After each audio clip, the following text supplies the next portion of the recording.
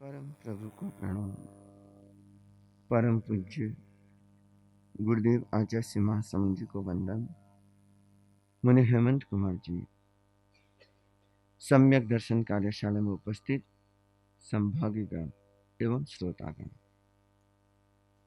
कल हमने एक बहुत महत्वपूर्ण विषय पर बातचीत की थी। कल का विषय क्या था? है जीवन का सुरक्षा कवच। और जीवन का सुरक्षा कवच क्या है? व्रत। जीवन का सुरक्षा कवच भगवान प्रभु महावीर ने किसे बताया? व्रत को जीवन का सुरक्षा कवच बताया। व्रत जो हमारी आत्मशुद्धि का साधन माना जाता है, जिसके द्वारा आत्मा की विशुद्धि होती है और जीवन में शुद्धि का बड़ा महत्व है। यह व्रत व्यक्ति अपनी क्षमता के अनुसार स्वीकार करता है। जिसकी जितनी क्षमता होती है उसके अनुसार वह स्वीकार करने की कोशिश करता है। और क्षमता के आधार पर दो तरह के व्रतों का निरूपण किया गया, एक तो महाव्रत और दूसरे अणुव्रत। महाव्रत स्वीकार करते हैं वो क्या कहलाते हैं? साधु। और जो अणुव्रत स्वीकार करते हैं वो क्या कहलाते हैं? श्रावक कहलाते हैं। अब हमारे सामने एक बहुत बड़ा प्रश्न है कि ये जो हम व्रत स्वीकार करते हैं, ये जो हम प्रत्याख्यान करते हैं, और ये प्रत्याख्यान क्या है? हमारी आत्मा की विशुद्धि करने वाले हैं, आत्मा की शुद्धि करने वाले हैं। ये आत्मा की शुद्धि कैसे कर सकते हैं? और इनमें प्रत्याख्यान करते समय, त्याग करते समय, व्रतों को स्वीकार करते समय हमें किन बातों का ध्यान रखना चाहिए? तो इसमें आपके 41वें पाठ में है प्रत्याख्यान की शुद्धता, कि प्रत्याख्यान शुद्ध तरीके से कैसे किए जा सकते हैं। हम आज इसके बारे में जो 5 बिंदु बताए हुए हैं, उन 5 बिंदुओं के बारे में जान लेते हैं। जब भी आप कोई त्याग करते हैं, प्रत्याख्यान करते हैं, तो हमें इन 5 बातों का ध्यान रखना है। और इन 5 बातों को ध्यान में रख करके अगर आप त्याग करते हैं, प्रत्याख्यान करते हैं, व्रतों को स्वीकार करते हैं, तो वो शुद्ध माने जाते हैं और उसके द्वारा आत्मा की विशुद्धि होती है। प्रत्याख्यान पापकारी प्रवृत्ति का त्याग किया जाता है। प्रत्याख्यान में हम क्या करते हैं? पापकारी प्रवृत्ति, जो अशुभ क्रिया है, उसको करने का हम त्याग करते हैं। और ये त्याग कैसे करना, इसके बारे में बातचीत कर लेते हैं। सबसे पहली बात वो है श्रद्धान शुद्धि। क्या होनी चाहिए? अर्थात श्रद्धा पूर्वक नियम को, त्याग को स्वीकार करना। बहुत सारे लोग त्याग करते हैं। अब मान लो हमारे पास आते हैं, प्रेरणा देते हैं, अच्छा देख, एक सामाई का त्याग कर ले, हर रोज एक सामाई करनी है, या रात्रि भोजन त्याग कर ले, कोई भी। क्योंकि साधु संत के पास और तो क्या मिलेगा? हमारे पास आओगे तो क्या मिलेगा? वो ये तो है नहीं कि हाँ अरे भाई हावड़ शादी कर जाए ने, मकान कहीं के मोटो मकान बनाई जाए ने, ये सब तो हमारे पास मिलेगा नहीं। हमारे पास अगर आते हैं तो हम क्या चीज की प्रेरणा देते हैं? त्याग, प्रत्याख्यान, अशुभ प्रवृत्ति से हटने की प्रेरणा देते हैं।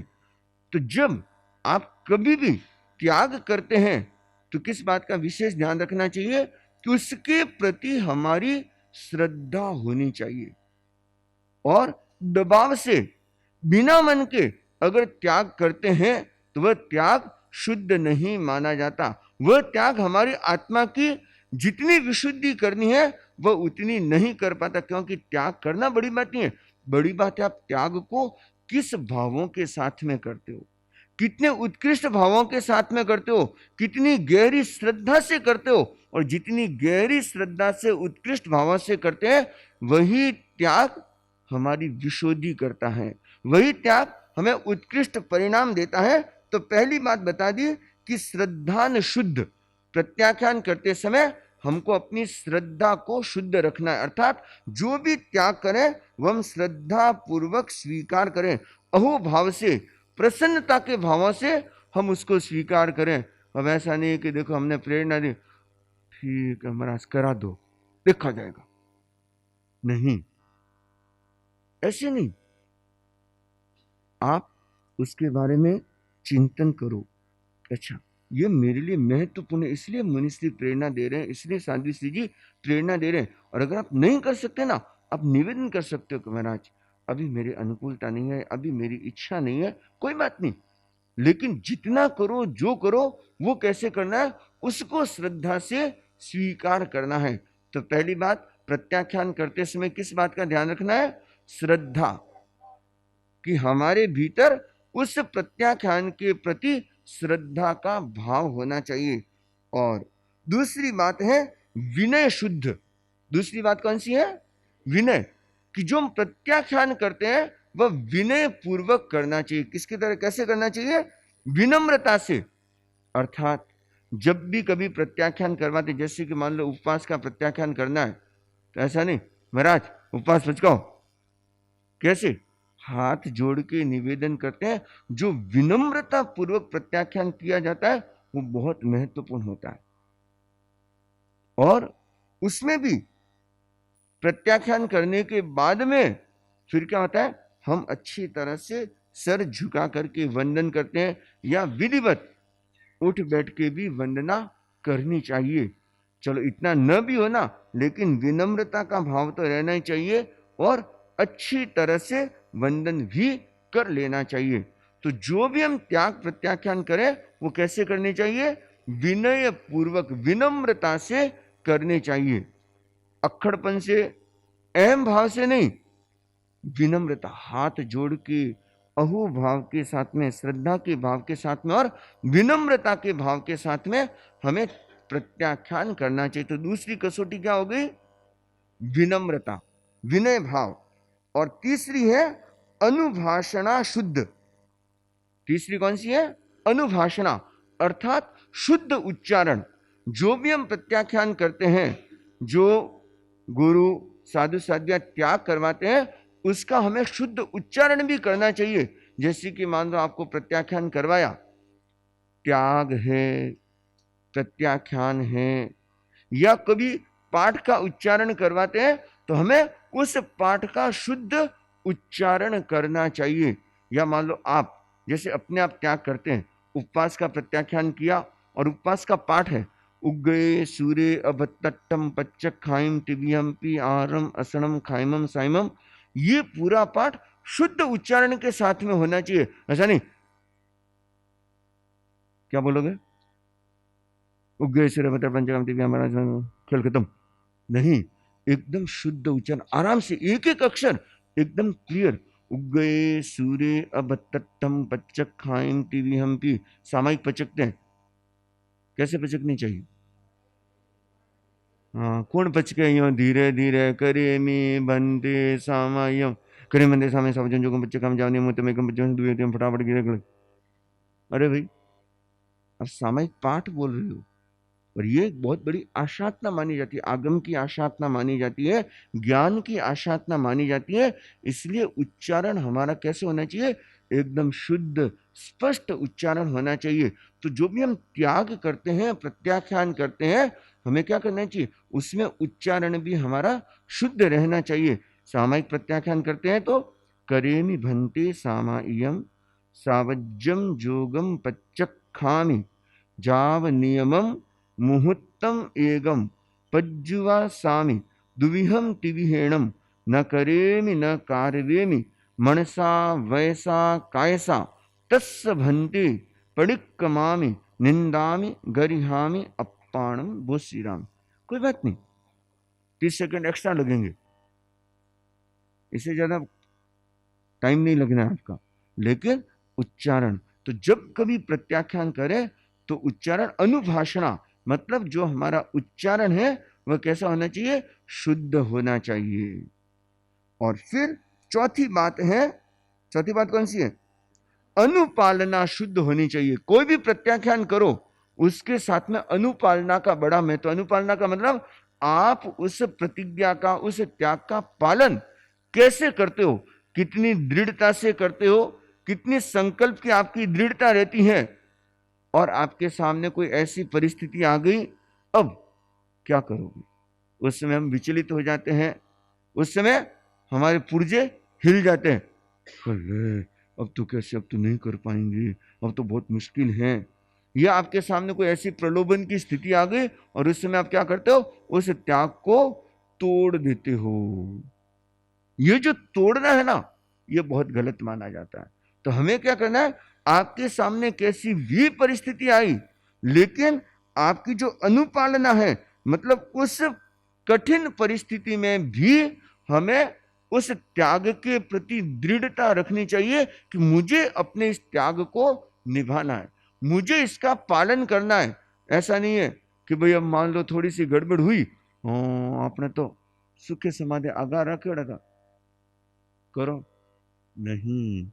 ये इसलिए आगार रखवाया जाता है कि कभी कोई ऐसी अपरिहार्य स्थिति हो जाए जिसके बिना रहना बहुत मुश्किल हो जाए तो अलग बात है, लेकिन ये सामान्य बात नहीं है। आगार रखना ये कमजोरी मानी जाती है, तो हमें सामान्यतः तो आगार रखना भी नहीं चाहिए। लेकिन अगर रखते भी हैं तो ऐसा नहीं कि रखा हुआ तो बस प्रयोग कर लो, नहीं, इसका प्रयोग भी जल्दी से नहीं करना। कोई एकदम ऐसी इमरजेंसी कोई कंडीशन बन गई जिसमें अपनी सहन शक्ति इतनी नहीं है और उस समय आपको करना पड़ा, तो भाव क्या रहेगा? अरे ऐसी परिस्थिति में मेरे को ये करना पड़ा, मेरी मजबूरी थी, मेरी इतनी सहन शक्ति नहीं थी कि मैं इस त्याग को निभा पाऊं। और फिर क्या करना? अगर वह त्याग कभी टूट जाए तो क्या करना? उसका प्रायश्चित्त करना, प्रायश्चित्त करके पुनः अपनी आत्मा की विशुद्धि कर लेनी चाहिए। तो चौथी बात है, अनुपालना हमारी शुद्ध होनी चाहिए। और जब त्याग करें अपनी शक्ति देख करके करना चाहिए, देखा देखी कभी नहीं करनी, और त्याग में जल्दबाजी कभी नहीं करनी। क्या नहीं करना? एक तो देखा देखी नहीं करनी, हाँ एक इधर तो मैं ही करूं, और कई कभी बड़ी मुश्किल हो जाती है। वो एक बार कोई संतों के या सतियों के अनशन चल रहा था, संथारा, तो एक बहन ने देखा कि अनशन तो कितने दिन चलेगा, चलो जब तक महाराज अनशन चला बट तक हमारी 3 आरपानी का त्याग है। वो संत तो सही सलामत है और वो बहन देवलोक हो गई। ऐसी भी स्थिति बन जाती है। और कई की बात ऐसी भी स्थिति बन जाती है कि मतलब अब वो उस त्याग को निभाना बड़ा मुश्किल हो जाता है। तो हमें क्या करना चाहिए कि अपने शक्ति सामर्थ्य को देख लेना चाहिए। और दूसरी बात, उसमें कभी त्याग में कभी जल्दबाजी नहीं करनी। हाँ ठीक है, आपका अगर संकल्प बल इतना है तो कई तो ऐसे भी होते हैं कि महाराज मांस खमण पचको, सीधा मांस खमण, उपवास बेला तेला नहीं, सीधा मांस खमण ही पचकते हैं। अब उनका मनोबल इतना दृढ़ होता है कि कोई फर्क नहीं पड़ता। अब जसोल चौमासे में एक भाई गुरुदेव के दर्शन करने आते कि गुरुदेव पचकाओ, कि कितना, कि जितना मन में जितना। वो खुद से बोलते ही नहीं संख्या, बाबूलाल जी देवता, हाँ तो 30 त्याग है। फिर अगली बार जब वो दर्शन करे कि गुरुदेव कृपा करो, कि कितना, मन में जितना, तो 40, 50, 60, 108 दिन की उन्होंने तपस्या की थी।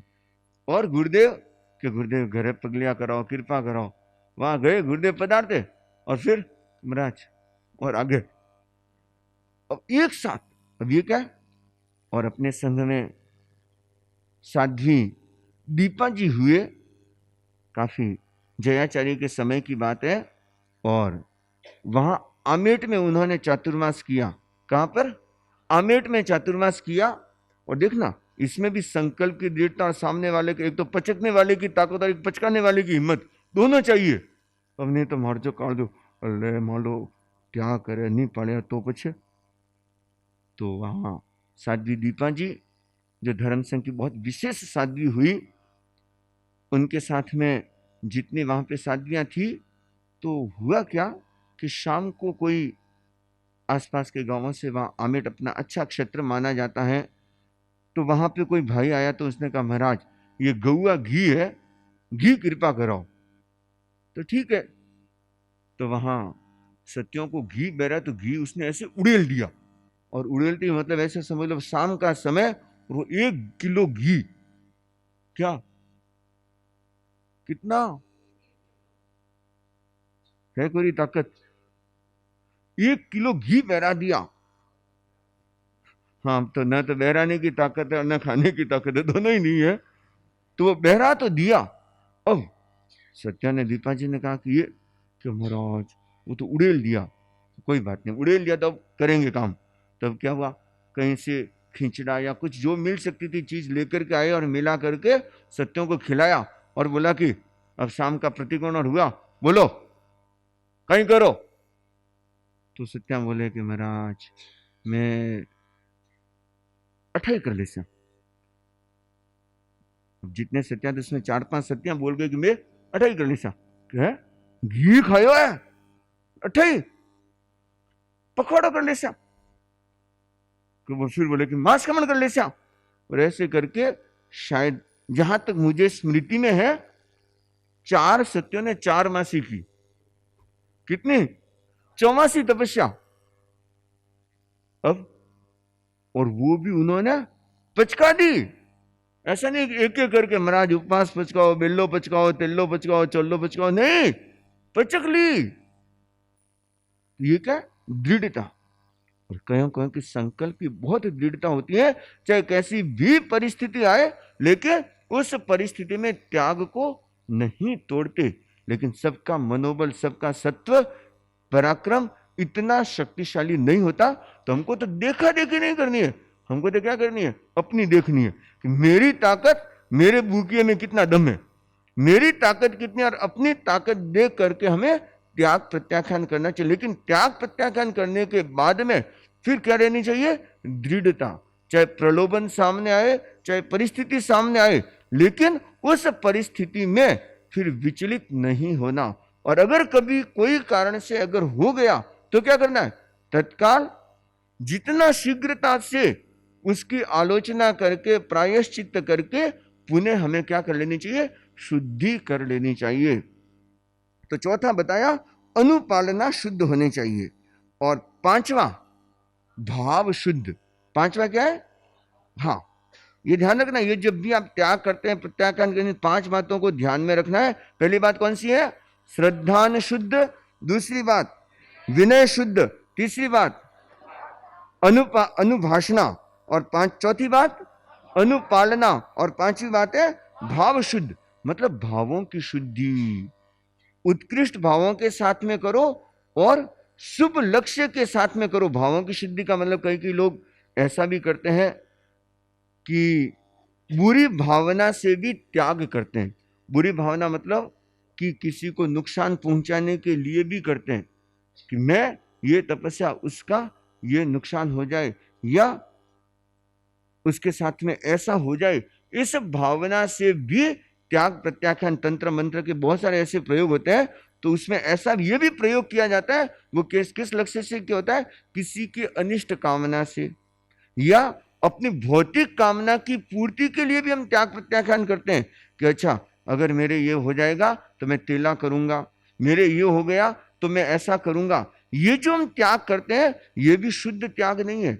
इसमें हमारी जो भावों की शुद्धि है वह शुद्ध नहीं मानी जाती। जो भौतिक कामना के साथ में भौतिक लक्ष्य की प्राप्ति के लिए जो त्याग किए जाते हैं वो त्याग शुद्ध नहीं माने जाते। शुद्ध त्याग कौन सा होता है? जो आत्मशुद्धि के लक्ष्य से, कर्म निर्जरा के लक्ष्य से, मोक्ष की भावना से जो तप किया जाता है, जो त्याग प्रत्याख्यान किया जाता है, जो साधना की जाती है, वही शुद्ध मानी जाती है। और बाकी जितना भी होता है वो पूर्णतया शुद्ध नहीं होता। तो पांचवी बात हो गई भाव शुद्ध। पांचवी बात कौन सी है? भाव शुद्ध। और ये 5 बातें अगर आपके प्रत्याख्यान के साथ में है तो यह हमारी आत्मा की विशुद्धि करने वाली हैं। और आत्मा की शुद्धि कैसे हो सकती है या जीवन में शुद्धि और किस तरीके से हो सकती है? ये तो हो गई शुद्ध आध्यात्मिक आत्मा की शुद्धि के लक्ष्य से करने का क्रम रहता है। लेकिन कुछ शुद्धि ऐसी भी होती है जो बाह्य शुद्धि कहलाती है। कौन सी शुद्धि कहलाती है? 2 तरह की शुद्धि है। एक होती है बाह्य शुद्धि और दूसरी होती है आंतरिक शुद्धि, भीतर की शुद्धि। तो भीतर की शुद्धि का तो यह प्रोसेस बता दिया। और कुछ होती है बाह्य शुद्धि, क्योंकि जीवन में हर व्यक्ति क्या चाहता है, कपड़े कैसे रहने चाहिए अपने, एकदम टकाटक, और दाग नहीं लगड़ो रहना चाहिए कपड़ा माथे। और अगर कभी दाग लगे हुए कपड़े ना, तो आप देखना बाहर जाओगे तो उनको कभी नहीं पहनोगे, घर में भले पहन के घूम लो, लेकिन बाहर उन दागीले कपड़ों को पहन के नहीं जाओगे। हाँ, होली और वे तो अलग बात है, नहीं तो कौन जाओ। कपड़े शुद्ध होने चाहिए। और क्या, शरीर अपना शुद्ध रहे, स्वच्छ रहे। जो भी चीज हम यूज करते हैं तो क्या कोशिश रहती है कि वह हमारी स्वच्छ रहे, शुद्ध रहे। लेकिन ये सारी की सारी कौन सी शुद्धि मानी जाती है, बाहर की शुद्धि। और बाहर की शुद्धि करने के तरीके भी है। बाहर की शुद्धि भी जो हम करते हैं वो किस तरीके से करते हैं। पहला प्रकार है बाहर की शुद्धि करने का, पृथ्वी, मिट्टी। मिट्टी से शुद्धि होती है। मिट्टी से कैसे शुद्धि होती है, बर्तनों की शुद्धि आप किससे करते, पहले एक समय था, हालांकि तो सब कुछ छूट गया, लेकिन पहले एक समय था और हमने देखा कि मिट्टी से बर्तन धोते थे। मिट्टी से बर्तन धोते थे, उसके द्वारा बर्तनों की शुद्धि की जाती थी। तो शुद्धि का एक प्रयोग। और कई बार शरीर पर मिट्टी का लेप भी करते हैं, कि जो प्राकृतिक चिकित्सा करते हैं तो वहां पे क्या किया जाता है, शरीर पर मिट्टी का लेप किया जाता है। पेट पर मिट्टी का लेप किया जाता है, पेट पर मिट्टी की पट्टी रखी जाती है। ये सारी क्या है, हमारी बाहर की शुद्धि करने के तरीके हैं। तो पहला इसमें शुद्धि का तरीका कौन सा माना जाता है, मिट्टी। हाथ धोना, बर्तन धोना, इन सब में इसका प्रयोग होता है। और दूसरी जो शुद्धि होती है वो किससे होती है, जल से। कि व्यक्ति जल से अपने आप को स्वच्छ बना देता है, जल से अपने आप को शुद्ध कर लेता है। शरीर को शुद्ध करना, हाथ धोना आदि, कपड़े धोना, ये सारे किससे होते हैं, जल से शुद्धि होती है। और तीसरी प्रकार की जो शुद्धि है वो कौन सी है, तेज। तेज मतलब होता है अग्नि। अब इससे कितनी कितनी चीजों को शुद्ध किया जाता है। सोना कैसे शुद्ध होता है, ये अग्नि से शुद्ध होता है। और ये देखा है, जो सोना होता है ना वो मिट्टी मिश्रित होता है, लेकिन जैसे उसको तपाते हैं तब मिट्टी अलग हो जाती है, सोने के जो कण होते हैं वो अलग हो जाते हैं। तो सोने को शुद्ध करने के, धातुओं को शुद्ध करने के लिए, या जैसे कई आयुर्वेदिक दवाइयां होती हैं, भस्म जो तैयार होती है उसको शुद्ध करने के लिए अग्नि का प्रयोग होता है। तो तीसरी जो शुद्धि होती है वो कौन सी कहलाती है, तेज। अग्नि के द्वारा शुद्धि होती है। और चौथा जो शुद्धि का प्रयोग बताया गया वो है मंत्र। कि मंत्र के द्वारा भी शुद्धि होती है। ये जो तीन जो है, मिट्टी, पानी, अग्नि, ये तीन तो बाहर की शुद्धि के प्रयोग हैं। और दो जो प्रयोग हैं ये आंतरिक शुद्धि के भी हम कह सकते हैं, और कुछ कुछ बाहर की शुद्धि के प्रयोग भी कह सकते हैं। मंत्र शुद्धि, कि मंत्र के द्वारा शुद्धि करना। मंत्र के द्वारा ग्रहों के दोषों को दूर किया जाता है। मंत्र के द्वारा अशुभ कर्मों को भी क्षय किया जाता है। मंत्रों के द्वारा मकान की शुद्धि भी की जाती है। मंत्रों के द्वारा विघ्न बाधाओं का निवारण भी किया जाता है। ये जितने भी तरीके हैं वो मंत्र के द्वारा किए जाते हैं। तो मंत्र के द्वारा भी, मंत्र क्या है, अगर कोई आपको पूछ ले कि मंत्र क्या है तो क्या बताओगे, जो शरीर को शुद्ध करता है। हाँ, मंत्र है अक्षरों का कॉम्बिनेशन, अक्षरों की संयोजना। और जब कोई व्यक्ति मंत्र का उच्चारण करता है तो एक अलग तरह की उसकी वाइब्रेशन होती है, तरंग होती हैं। और वो तरंग क्या करती हैं, हमारे मन को, हमारे भावों को, हमारे विचारों को, हमारे जीवन को, या हमारे भीतर ऐसी ऊर्जा पैदा होती है जिससे जो नेगेटिव एनर्जी है वो हमारे पर सीधा असर नहीं करती। इसलिए मंत्र साधना के विशेष प्रयोग किए जाते हैं। तो मंत्रों के द्वारा भी हम बाहर की शुद्धि भी करते हैं, और उसके साथ साथ में आंतरिक शुद्धि भी, नवकार मंत्र की हम साधना करते हैं। इससे कौन सी शुद्धि होती है, हमारी आंतरिक शुद्धि होती है। कोई लोगस्य की साधना करता है, कोई उपसर्ग स्तोत्र की साधना करता है। ये जितनी भी मंत्र साधना है ये हमारी आंतरिक शुद्धि करने वाली होती हैं। तो चौथा जो मंत्र के द्वारा शुद्धि का माना गया, ये दोनों तरह की शुद्धि करती है, बाहर से भी हमको बचाती है और भीतर की शुद्धि भी करती है। और पांचवा जो माना जाता है वो है ब्रह्म शौच, मतलब शौच मतलब शुद्धि, कि ब्रह्म के द्वारा अर्थात ब्रह्मचर्य आदि का आचरण करना। ब्रह्मचर्य का मतलब ब्रह्म की तरह चर्या है जिसकी, ब्रह्म का मतलब क्या होता है, ब्रह्मचर्य का मतलब ब्रह्म की तरह चर्या है जिसकी, अर्थात जो परम ज्ञानी माने जाते हैं उनकी तरह जिनकी चर्या, वो वास्तव में ब्रह्मचर्य कहलाता है। और ऐसे अर्थ किया जाता है ब्रह्मचर्य मतलब अपनी इंद्रियों का संयम करना। और यह अपने आप में बहुत उत्कृष्ट साधना मानी जाती है।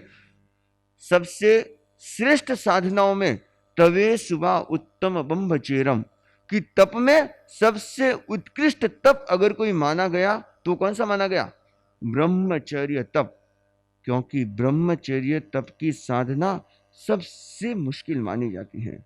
और जिस व्यक्ति ने उत्कृष्ट ब्रह्मचर्य की साधना कर ली, निश्चित उसने अपना आत्म कल्याण कर लिया। ये पांचवी शुद्धि मानी जाती है ब्रह्म शौच, अर्थात ब्रह्मचर्य आदि का आचरण करना। और इसी की तरह और भी ऐसे बहुत सारी हो जाती है जिसके द्वारा आत्मा की शुद्धि होती है। सत्य का आचरण करना, तप आदि प्रयोग करना, इंद्रिय निग्रह का प्रयोग करना, मन में करुणा की भावना, मन में क्षमा की भावना, सहिष्णुता की भावना, समभाव रखना, ये सारा का सारा शुद्धि का तरीका है। तो ऐसे शुद्धि का यह भी तरीका है, तो हम किस तरह से आंतरिक शुद्धि कर सके और किस तरह से बाह्य शुद्धि कर सके, दोनों तरीके हमारे सामने हैं। और बाह्य शुद्धि कितनी भी कर लो, लेकिन कितनी देर के लिए, थोड़ी देर के लिए। स्नान करके आए, शरीर की शुद्धि हो गई, लेकिन वापस अगले दिन क्या होगा, क्योंकि ये शरीर का धर्म है। बाहर से इस शरीर को कितना भी रगड़ रगड़ करके साफ कर लो, लेकिन इस शरीर की अशुद्धि कभी मिटती नहीं है, क्योंकि इस शरीर का स्वभाव है, इससे अशुद्धि ही निकलेगी। परंतु कोई कोई ऐसे एक धर्म है शौच धर्म। कौन सा धर्म माना जाता है, शौच, कि वहां पर वो क्या मानते हैं कि बस शरीर को नहला देना या स्नान करवा देना, सफाई रखना, वो उसको धर्म मानते हैं। लेकिन भगवान प्रभु महावीर कहते हैं वास्तव में शुद्धि कौन सी है, जो अंतर से शुद्धि होती है, भीतर जो शुद्धि होती है वो वास्तव में शुद्धि मानी जाती है। तो हम किस तरह से हम अपनी आत्मा की विशुद्धि करें, तो इसके लिए भगवान प्रभु महावीर ने कुछ ये विशेष प्रयोग बताए हैं। तो 5 तरह की जो बाह्य शुद्धि है वो तो आप लोग जानते ही है, लेकिन जो आंतरिक शुद्धि है हमें उस पर विशेष रूप से ध्यान देना है। और हमारा जीवन का यही लक्ष्य बने कि मुझे आत्म विशुद्धि करनी है, मुझे आत्मा की शुद्धि करनी है, मुझे आत्मा को पवित्र निर्मल बनाना है। और पवित्र निर्मल बनाने के लिए हमें कौन सा मार्ग स्वीकार करना है, व्रतों का मार्ग स्वीकार करना है। और उसमें भी ये जो 5 प्रकार बताए शुद्धि के, उसमें मंत्र और ब्रह्म शौच अर्थात ब्रह्मचर्य की साधना, इंद्रिय संयम की साधना हमें विशेष रूप से करने की कोशिश करनी है। और प्रत्याख्यान अर्थात जीवन में व्रतों को स्वीकार करने का लक्ष्य रखना है। और जितना शक्ति अनुसार हमारे से त्याग, प्रत्याख्यान, संयम, नियम जितना हम पालन कर सके उतना करने की कोशिश करना। और एक बात ध्यान रखना कि ये त्याग प्रत्याख्यान बंधन नहीं है।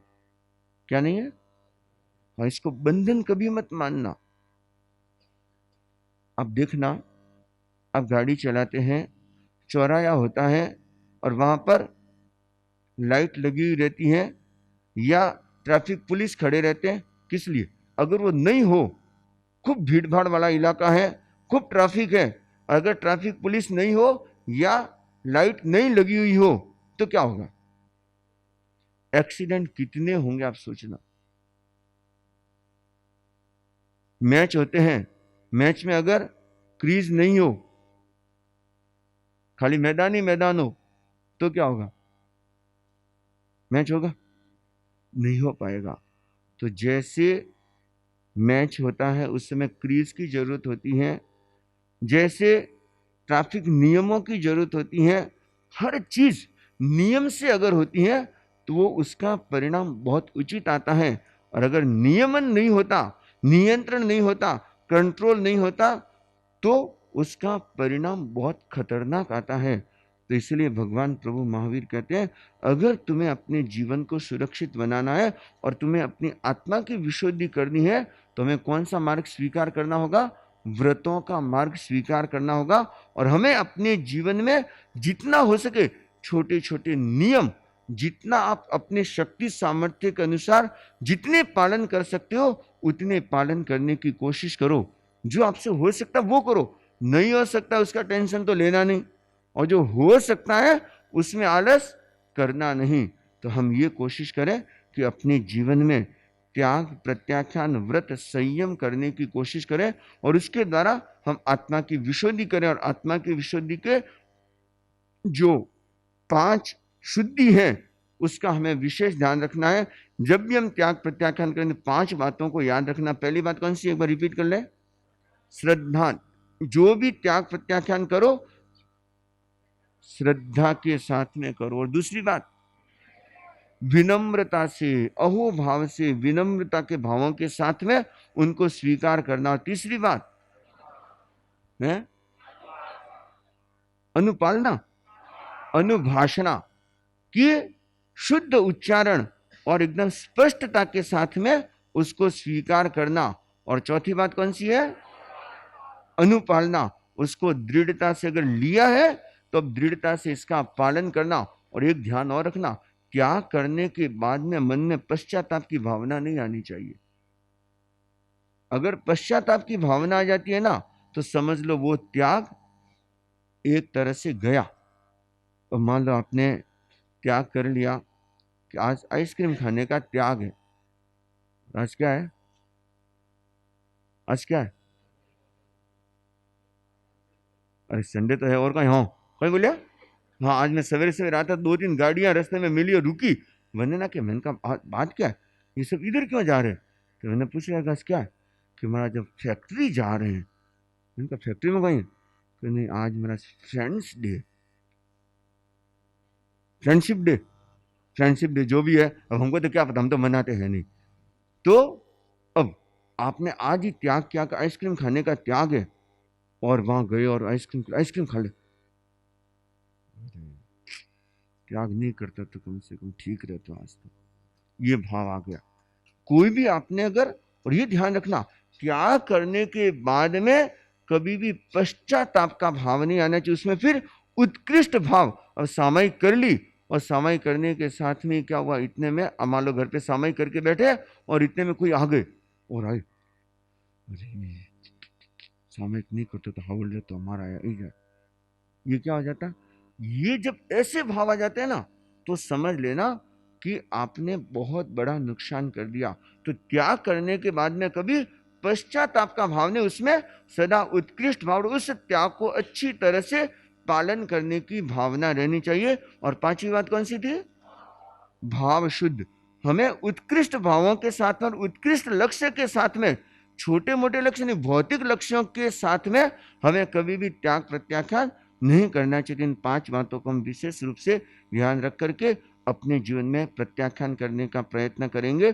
और प्रत्याख्यान जो हमारी आत्म विशुद्धि करने वाला है, और बड़ी आसानी से हम छोटे छोटे त्याग प्रत्याख्यान करके कितने कितने पाप कर्मों से अपने आप को बचा सकते हैं, और कितनी उत्कृष्टता से हम अपनी आत्मा की विशुद्धि कर सकते हैं। तो हर व्यक्ति आत्मा की विशुद्धि करने की कोशिश करें।